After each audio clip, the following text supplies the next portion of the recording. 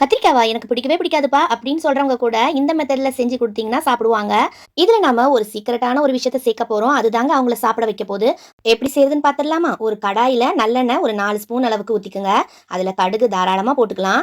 இப்போ இதுல 1 ஸ்பூன் உளுத்தம் பருப்பு, 1 ஸ்பூன் ஜீரகம் சேர்த்துக்கிறேன். கருவேப்பிலை கொஞ்சமா சேர்த்துட்டு, இஞ்சி பூண்டு பேஸ்ட் ஒரே ஒரு ஸ்பூன் சேர்த்து நல்லா வதக்கிக்கலாம்.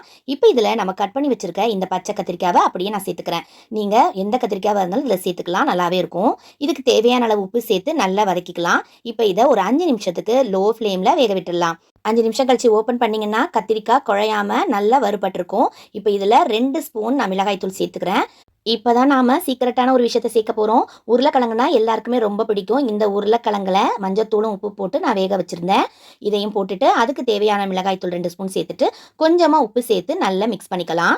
நல்லா நம்ம கலந்து விட்டுக்கணும். அப்பதான் அது எல்லாமே ஒன்னோட ஒன்று சேர்ந்து சூப்பரா இருக்கும். இப்போ க்ளோஸ் பண்ணி வச்சுட்டு ஒரு 5 நிமிஷம் கழிச்சு நீங்க ஓப்பன் பண்ணீங்கன்னா நல்ல கமகமன் வாசத்தோட சூப்பரான கத்திரிக்காய் உருளைக்கிழங்கு கறி ரெடி ஆயிடும். உருளைக்கிழங்கு போட்டிருக்கிறதுனால அதோட கத்திரிக்காய் வச்சு சாப்பிடும்போது உங்களுக்கு டேஸ்ட் சூப்பரா இருக்குங்க. கத்திரிக்காய் சாப்பிடாதவங்க கூட சூப்பரா சாப்பிடுவாங்க.